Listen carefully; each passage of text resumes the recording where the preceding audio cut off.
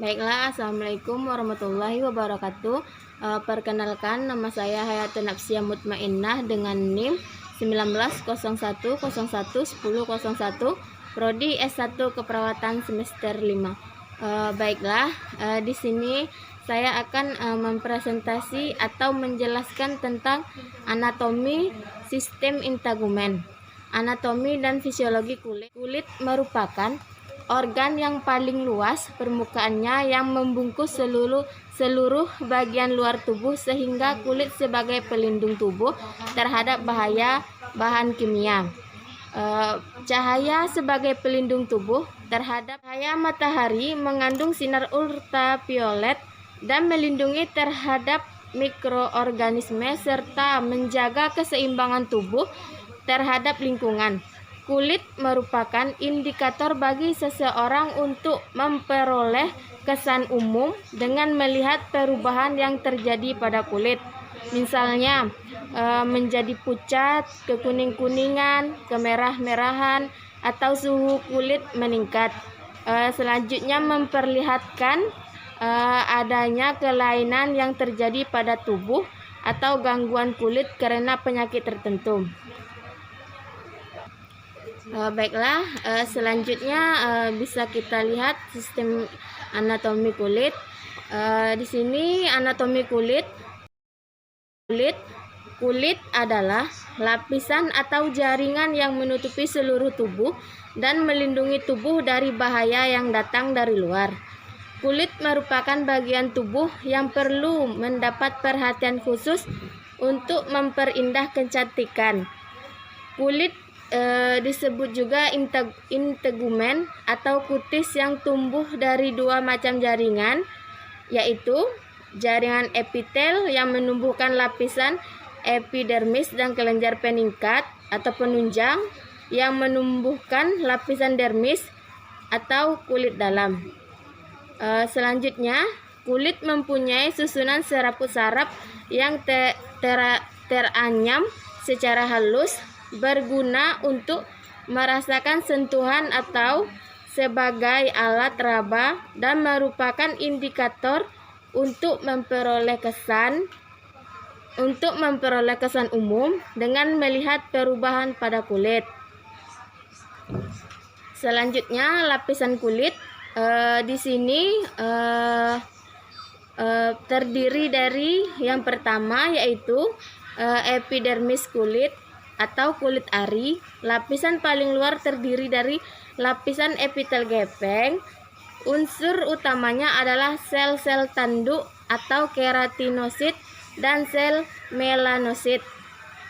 Selanjutnya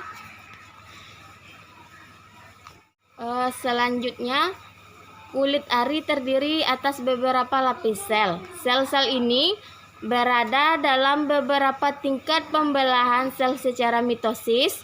Lapisan permukaan dianggap sebagai akhir keaktifan sel yang terdiri dari 5 lapisan, yaitu yang pertama stratum corneum atau stratum corneum. Yang pertama yaitu stratum corneum. Lapisan ini terdiri atas banyak lapisan sel tanduk atau keratinasi, gepeng, kering, dan tidak berinti. Sitoplasmanya diisi dengan serat keratin. Makin keluar letak sel, makin gepeng seperti sisik, lalu terkelupas dari tubuh. Yang selanjutnya, stratum lucidum. Lapisan ini terdiri dari beberapa lapisan sel yang sangat gepeng dan bening. Membran yang membatasi sel-sel tersebut sulit terlihat, sehingga lapisannya secara keseluruhan seperti kesatuan yang bening. Selanjutnya yang ketiga yaitu stratum granulosum. Lapisan ini terdiri dari 2-3 lapisan sel poligonal yang agak gepeng dengan inti di tengah, dan sitoplasmanya berisi butiran atau granula keratohyalin atau gabungan keratin dengan hialin. Selanjutnya yang keempat yaitu Stratum spinosum. Lapisan ini terdiri dari atas banyaknya lapisan sel berbentuk khusus dan poligonal. Inti terdapat di tengah dan sitoplasmanya berisi berkas-berkas syarat yang terparut pada desmosom atau jembatan sel. Yang selanjutnya yang kelima, stratum malpighi. Lapisan ini merupakan unsur-unsur lapis taju yang mempunyai susunan kimia yang khas. Inti bagian dasar lapis taju mengandung kolesterol dan asam-asam amino. Yang selanjutnya dermis atau kulit jangat. Batas dermis yang sungkar ditentukan karena menyatu dengan lapisan subkutis atau hipodermis. Ketebalannya antara 0,5 sampai 3 mm. Selanjutnya beberapa kali lebih tebal dari epidermis dan dibentuk dari komponen jaringan peningkat. Di sini lapisan dermis terdiri dari dua bagian. Yang pertama lapisan papila, yang kedua lapisan retikulusa. Lapisan papila mengandung lekuk-lekuk papila sehingga stratum malpighi juga ikut melekuk. Lapisan ini mengandung lapisan pengikat longgar yang membentuk lapisan bunga karang, disebut lapisan stratum spongiosum. Selanjutnya lapisan retikulosa. Lapisan ini mengandung jaringan pengikat rapat dan serat kolagen. Sebagian besar lapisan ini tersusun bergelombang, mengandung sedikit serat retikulin dan banyak serat elastin. Baiklah, selanjutnya yaitu hipodermis atau lapisan bawah kulit.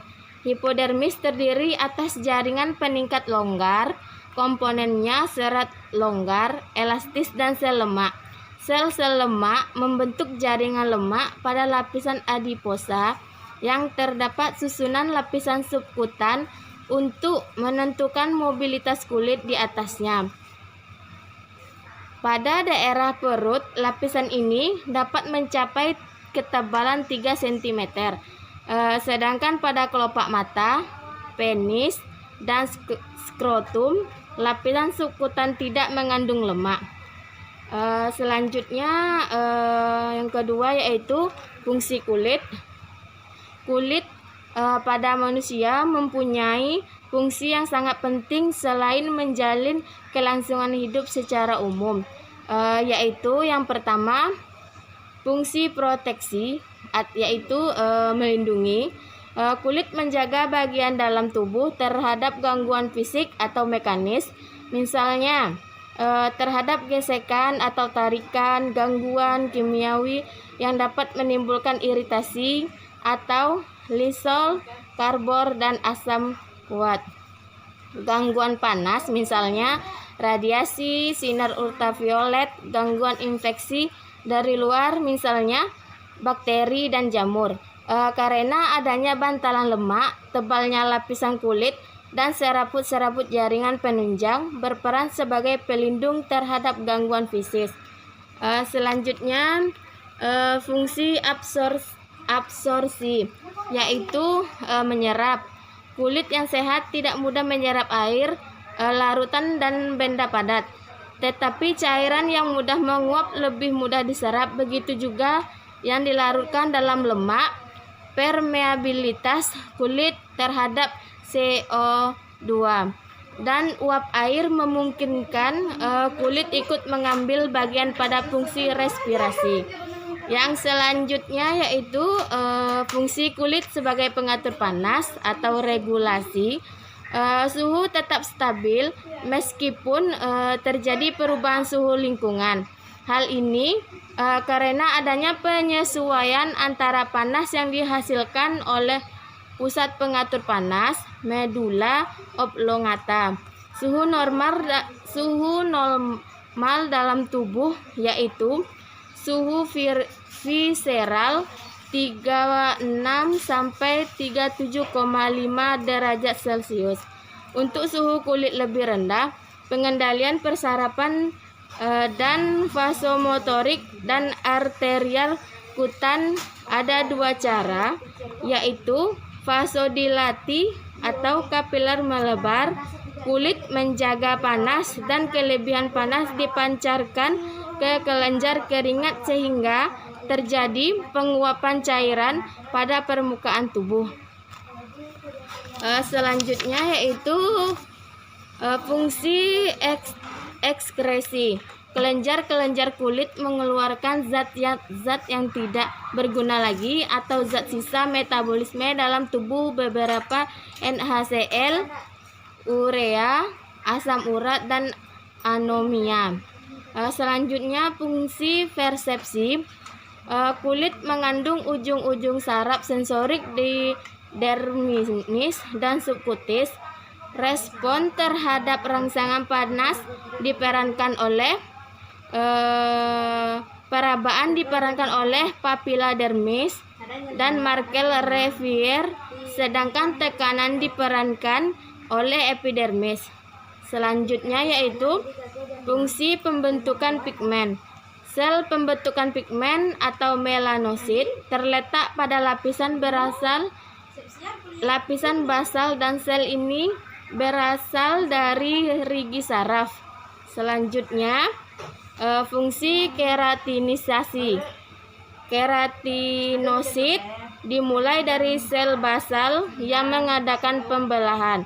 Sel basal yang lain akan berpindah ke atas dan berubah bentuk sel spinosum. Selanjutnya yaitu fungsi pembentukan vitamin D. Dengan mengubah dehidroksi kolesterol dengan pertolongan sinar matahari, tetapi kebutuhan vitamin D tidak cukup dengan hanya dari proses tersebut. Pemberian vitamin D sistematik masih tetap diperjuangkan. Selanjutnya yaitu anatomi dan fisiologi rambut. Rambut adalah organ seperti benang yang tumbuh di kulit terutama. Rambut muncul dari epidermis kulit atau kulit luar, walaupun berasal dari folikel rambut yang berada jauh di bawah dermis. Struktur mirip rambut yang disebut trikoma juga ditemukan pada tumbuhan. Rambut terdapat di seluruh kulit kecuali telapak tangan, kaki, dan bagian dorsal dari falang, distal jaringan, jari tangan, jari kaki, penis, labia minora, dan bibir. Pertumbuhan rambut dimulai pada bulan ketiga masa janin. Mula-mula epidermis mengalami invasi ke dermis. Pertumbuhan rambut pertama kali terjadi pada daerah yang pertama yaitu daerah alis, dagu, bibir, dan selanjutnya diikuti bagian lain ditutup kulit tipis. Selanjutnya pada bulan ke-5 sampai ke-6 janin mempunyai rambut yang sangat halus yang disebut lanugo. Ada dua macam keratin rambut. Yang pertama keratin lunak dan keras. Keratin lunak terdapat pada seluruh permukaan kulit, terutama kulit tebal, yaitu pada bagian medula rambut. Secara histologis terlihat perubahan sel-sel epidermis. Mula-mula sitoplasma mengandung keratohyalin berubah menjadi sel-sel jernih. Yang kedua, keratin keras terdapat pada kuku, kutikula, dan korteks rambut. Selanjutnya, rambut terdiri dari medula yang terdiri dari keratin lunak dan korteks serta kutikula yang terdiri dari keratin keras. Yang pertama yaitu medula. Medula merupakan bagian tengah rambut terdiri dari sel-sel yang mengalami keratinisasi. Sel-selnya terpisah satu sama lain dan antara sel-sel tersebut kadang-kadang terdapat udara atau cairan. Yang kedua, korteks merupakan bagian terbesar dari rambut, terdiri dari sel berbentuk runcing yang mengalami keratinisasi dan banyak mengandung pigmen. Yang ketiga yaitu kutikula, merupakan membran tipis terdiri dari sel-sel pipih atau gepeng yang mengalami keratinisasi transparan secara mikroskopis, tersusun seperti genting, terdiri dari 1-3 lapisan sel-sel yang sebagian mengalami keratinisasi. Pada rambut terdapat folikel rambut. Folikel rambut terdiri komponen dermis dan epidermis. Pada dasarnya, folikel rambut bagian dermis terlihat menonjol, disebut papila yang terdiri dari jaringan ikat, pembuluh darah, dan sel-sel saraf. Bagian luar papila diliputi sel-sel epitel yang disebut germinal matrik, dan ujung folikel rambut tampak membesar. Sel-sel germinal matrik atau puncak papila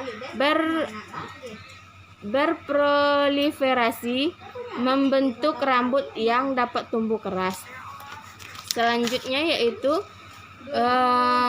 di sini ada beberapa fungsi rambut, diantaranya yang pertama melindungi kulit dari pengaruh buruk, alis mata melindungi mata dari keringat agar tidak mengalir ke mata, bulu hidung atau fibris menyaring udara pada hidung. Yang kedua, fungsinya sebagai pengatur suhu.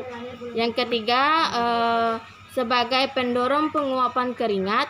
Yang keempat, sebagai indera peraba yang sensitif. Di sini terdapat 3 fase pertumbuhan rambut. Yang pertama yaitu fase pertumbuhan atau anagen. Yang kedua, fase peralihan atau katagen. Yang ketiga, fase istirahat atau tolagen. Fase pertumbuhan atau agen, sel-sel matrik melalui mitosis membentuk sel-sel baru, mendorong sel-sel lebih tua ke atas. Aktivitas ini lamanya 2-6 tahun. 90% dari folikel rambut kulit kepala normal mengalami fase pertumbuhan pada suatu saat. Yang kedua, fase peralihan atau katagen. Masa peralihan dimulai dari penebalan jaringan ikat di sekitar folikel rambut. Yang ketiga, fase istirahat atau tolagen, berlangsung kurang lebih 4 bulan.